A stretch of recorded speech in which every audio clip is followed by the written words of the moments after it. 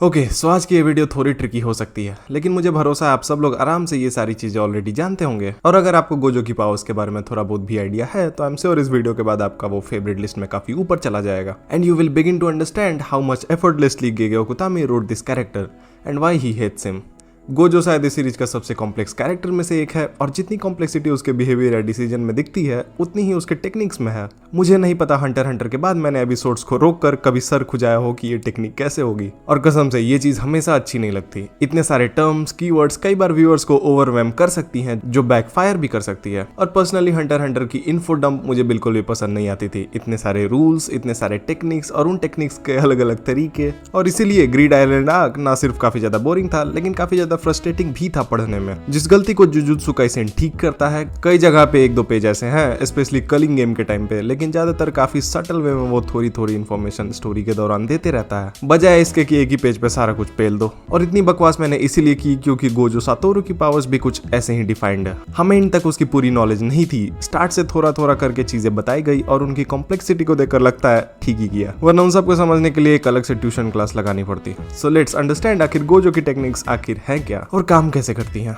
सो Gojo की इनेट technique है limitless. इनेट technique वही होती है जो सिर्फ एक पार्टिकुलर क्लैन या डिसेंडेंट के लोग इनहेरिट कर सकते हैं, क्योंकि वो टेक्निक उनके पूर्वजों में धीरे धीरे डेवलप हुई थी। जैसे मिचिजाने सुगावारा सबसे पहला बंदा था जो एक ह्यूमन होकर इस लेवल पे चीजें ले गया। बाद में उसकी आने वाली पीढ़ी गोजो क्लैन बनी, जिस क्लैन के अंदर लिमिटलेस टेक्निक और सिक्साइज दोनों ही एग्जिस्ट करती थी। अब इनहेरिट करने वाले पे डिपेंड करता है कि वो इस टेक्निक को कितना समझ पाते हैं और उसे किस लेवल पे लेकर जाते हैं। अगर बात करें गोजो की तो वो ये सारी टेक्निक न सिर्फ इनके हाईएस्ट ऑर्डर में समझता था बल्कि महज 28 की उम्र में इन सब के पूरे पोटेंशियल पे यूज भी करता था। सो लिमिटलेस बेसिकली गोजो के कर्स एनर्जी का यूज करते हुए स्पेस मैनिपुलेशन की पावर देती है, जो गोजो एटॉमिक लेवल पे कर सकता है। यानी वो अपने सामने मौजूद स्पेस के इलेक्ट्रॉन्स और प्रोटॉन्स को डिस्प्लेस करके उनकी प्रॉपर्टीज भी बदल सकता है, जिसके आउटकम से कुछ और टेक्निक्स निकलती हैं, जैसे इन्फिनिटी, जिसके कारण गोजो पे होने वाली सारे अटैक्स पहले ही रुक जाते हैं। वेल ऐसा एक्चुअल में नहीं होता, ना ही इन्फिनिटी चीजों को स्लो करती है, बल्कि इन्फिनिटी लिटरली में गोजो और उस अटैक के बीच इनफाइनाइट स्पेस क्रिएट करती है। वेल आप पूछोगे कैसे, तो इसका जवाब आता है जेनो नाम के एक बंदे से, जिसने 5th सेंचुरी में एक पैराडॉक्स दिया था, द अकाइलिस एंड टॉर्टोइस पैराडॉक्स, जिसके अनुसार अगर दोनों अकाइलिस और टॉर्टोइस रेस लगाते हैं और टॉर्टोइस थोड़ा आगे निकल जाता है तो अकाइलिस कभी उस कछुए को पकड़ ही नहीं सकता, क्योंकि जेनो के अनुसार जैसे दो रियल नंबर्स 1 और 2 में इनफाइनाइट फ्रैक्शन मौजूद है, वैसे ही अकाइलिस और टॉर्टोइस की दूरी में भी ऐसे ही इनफाइनाइट फ्रैक्शन मौजूद होंगे। मतलब जब तक अकाइलिस कछुए के पुराने पोजीशन तक पहुंचेगा तब तक कछुआ थोड़ा और आगे निकल जाएगा, और डिस्टेंस भले ही छोटा हो लेकिन कुछ तो होगा ही ना। और इसी पैटर्न को फॉलो करते हुए कछुआ हमेशा थोड़े से बच जाएगा, लेकिन ऐसा रियलिटी में नहीं होता, राइट। 5th सेंचुरी ग्रीस में काफी लोग ऐसी बहकी बहकी बातें करते थे।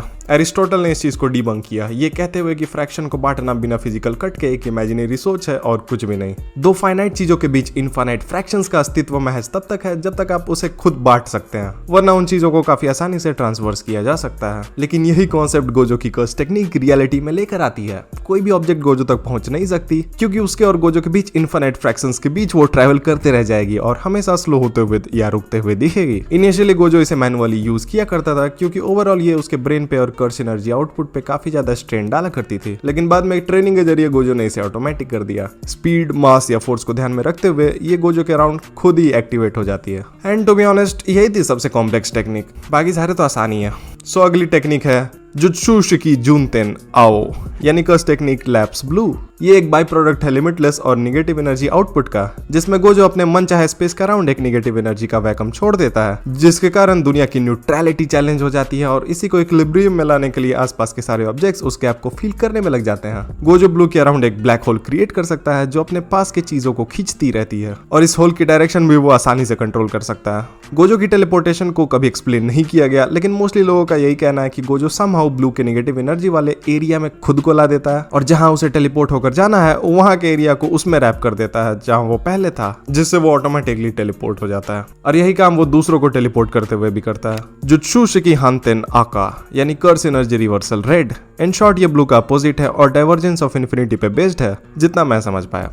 यानी एक ऐसा इनफाइनाइट सीरीज जो कन्वर्जेंट नहीं है, मतलब सिंपली वो जीरो को अप्रोच नहीं करती अपने बढ़ते हुए वैल्यू n के साथ। इसी कारण से रेड चीजों को अपोज करती है, लेकिन विथ टाइम गोजो का रेड स्मॉल काउंटर या छलावा के अलावा और कुछ नहीं था। स्टार्ट में गोजो को तो इसे ठीक से यूज करने में भी प्रॉब्लम होती थी, बट विथ टाइम उसने इसके प्रॉपर्टीज को समझा और सुकना तक को कंफ्यूज कर दिया। एंड देन आता है क्योश की मुरासाकी, यानी हॉलो पर्पल। वैसे तो इन थ्योरी ये एक कॉम्बिनेशन है ब्लू और रेड का, जैसे पर्पल भी रेड और ब्लू का एक मिक्सचर इसे ही बनता है। ठीक वैसे ही यहाँ गोजो कन्वर्जेंस और डाइवर्जेंस ऑफ इन्फिनिटी लगाते हुए एक ऐसा अटैक तैयार करता है जो अपने सामने आने वाले ऑब्जेक्ट्स को ही नलिफाई कर देता है, मतलब अपने अंदर शायद उन्हें समेट लेता है या उनके एग्जिस्टेंस को ही निगेटिव में ले जाता है। हाँ जानता हूँ अजीब हो रहा है थोड़ा, लेकिन सच्चाई यही है। इनमें से कोई भी पावर रियलिस्टिक नहीं है, बस राइटर ने मैथ्स के कुछ थ्योरीज उठाकर इन्हें रिलेट करवाने की कोशिश करी है।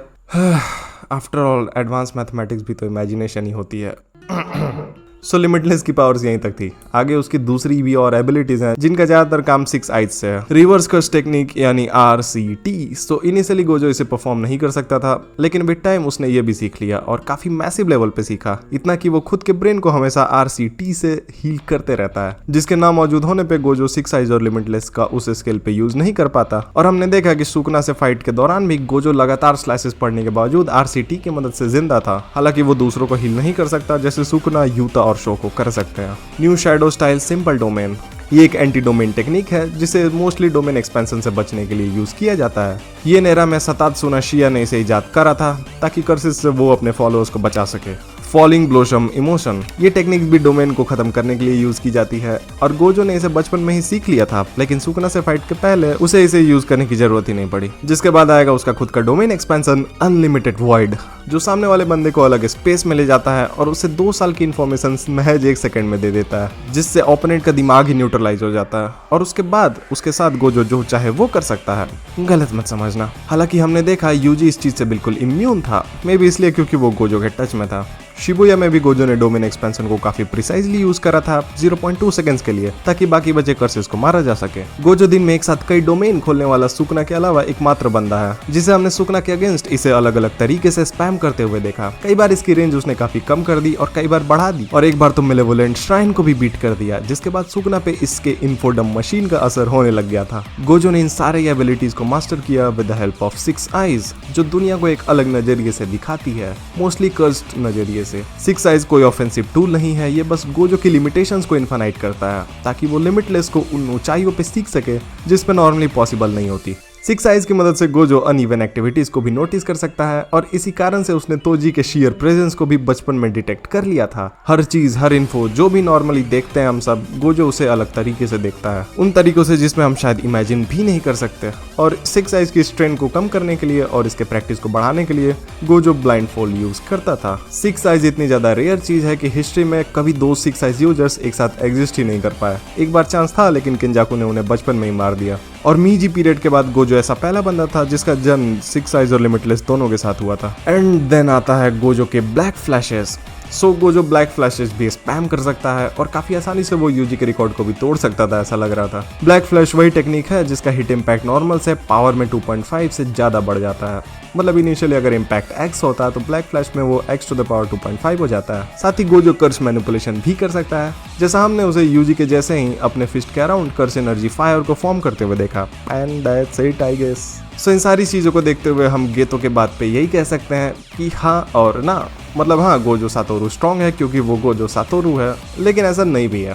उसके पास ये सारे टूल्स थे जिसकी मदद से वो इस एरा का स्ट्रॉन्गेस्ट सॉर्सरर बन पाया, लेकिन उसे यहाँ तक पहुँचने में काफ़ी ज़्यादा ट्रेनिंग करनी पड़ी। एक ऐसी दुनिया जहाँ आपके लिए कोई कंपटीशन नहीं है, वहाँ खुद को लेवल अप करते रहना अपने आप में काफ़ी ज़्यादा मुश्किल होता है, फिजिकली और मेंटली दोनों। इस चीज़ ने गोजो को हमेशा अकेले बनाए रखा, खासकर तब जब गेतो ने भी उसका साथ छोड़ दिया। उसे कॉम्प्लीमेंट करने वाला कोई नहीं था, he was all along himself. और जब सुकना रीइंकार्नेट हो गया तब उसके लिए इन सारी एबिलिटीज को अनलिश करने का मौका मिल गया, and he finally got to test the adrenaline rush of a battle. वरना प्रो होने के बावजूद लेवल 1 पे खेलने में किसको ही मजा आता है। And that's it I guess. I hope इस वीडियो ने आपके अंडरस्टैंडिंग को थोड़ा बहुत बढ़ाया होगा।